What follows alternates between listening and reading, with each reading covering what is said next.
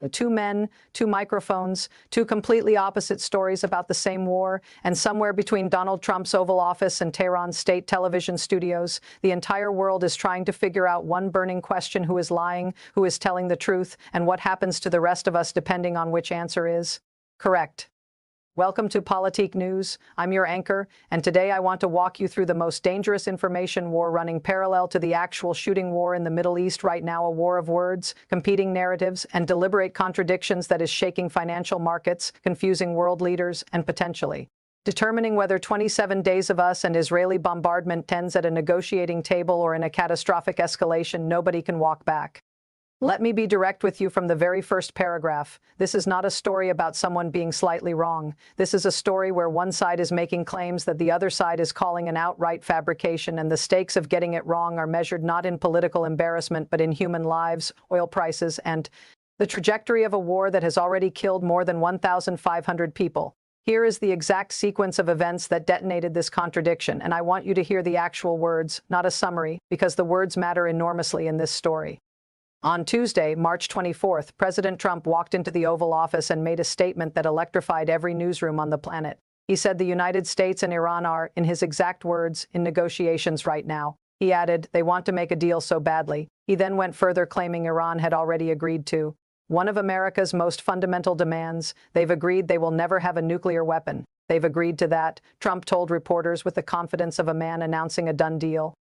What I'm seeing right now is a president who needs this war to end. Trump's approval ratings have fallen sharply since the bombing campaign began. Oil prices above $100 a barrel are hitting American consumers at the gas pump. The global economy is rattled, and Trump, who built his political brand on deal-making desperately, wants to stand before the American public and declare victory, declare peace, and move on. But then Iran spoke, and Iran said something that shattered every word Trump had just delivered. Iran's parliament speaker Mohammad Bagher Ghalibaf posted directly on X, the same platform Trump uses, and wrote in plain, unambiguous language, no negotiations have been held with the U.S. He went further, accusing Washington of using the idea of talks as what he called fake news to, in his words, manipulate the financial and oil markets and escape the quagmire in which the U.S. and Israel are trapped. That is not a polite diplomatic denial. That is Iran calling the President of the United States a liar on social media while the bombs are still falling. Iran's foreign ministry spokesman Esmail Baghai confirmed the denial, stating that messages have been received from some friendly countries regarding the U.S.'s request for negotiations, but stressed in the sharpest possible terms that receiving a message through a third party is categorically not the same as holding negotiations. The distinction Iran is drawing matters. It is surgical and deliberate.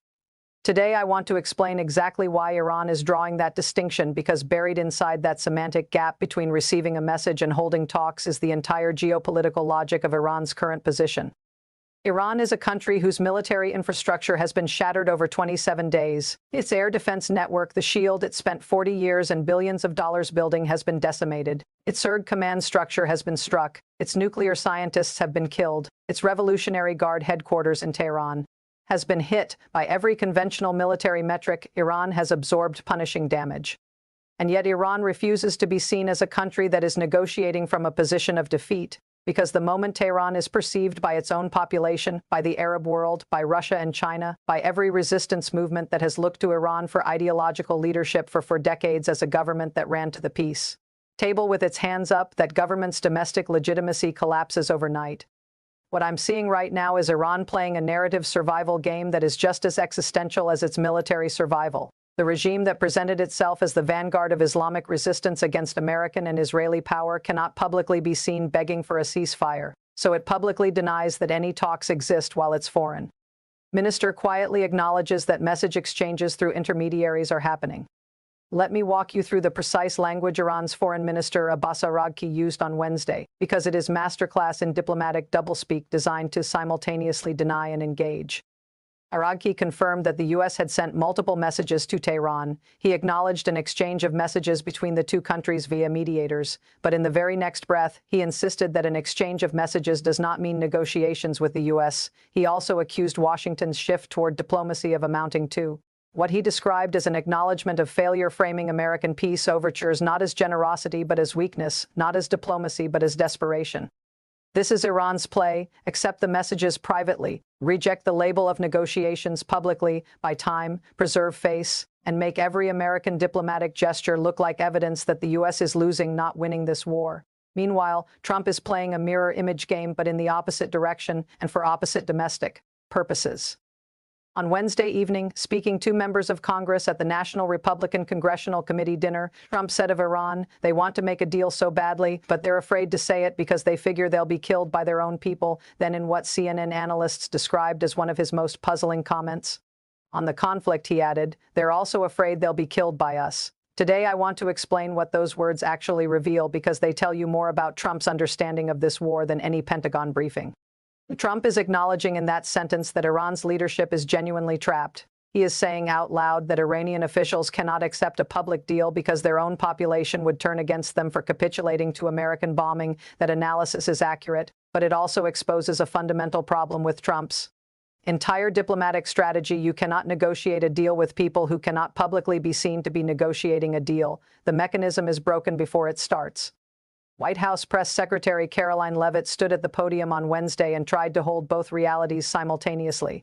She said productive talks are continuing even though Iran rejected the 15-point peace plan the United States delivered through Pakistani intermediaries. She said Trump's preference is always peace, but then immediately warned that if Iran fails to understand that they have been defeated militarily, President Trump will ensure they are hit harder than they have ever been hit before.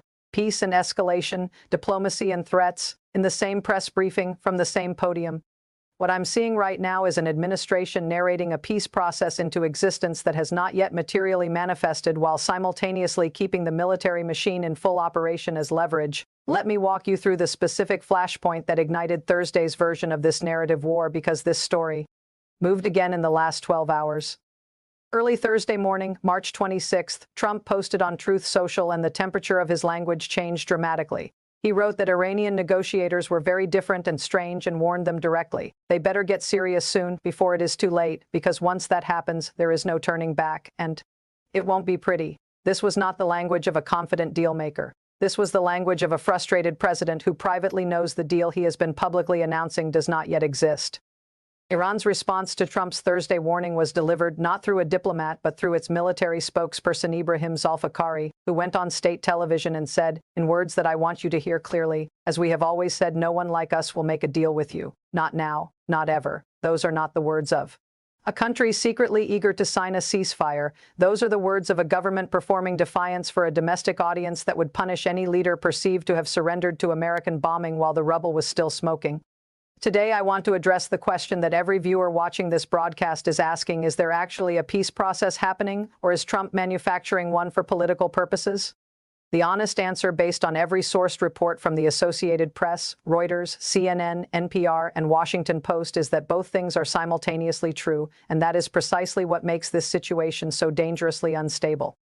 There is a process. Pakistan delivered America's 15-point ceasefire plan to Iranian authorities. Iran's foreign minister confirmed that messages have been exchanged through intermediaries. Vice President J.D. Vance is now reportedly taking a leading role in the talks. An Israeli official told NPR on Background that planning was underway for potential talks in Pakistan later this week. Oman's foreign minister met with Steve Witkoff and Jared Kushner in Geneva in February, establishing a back channel that appears to still be functionally active. These are real, documented, sourced facts.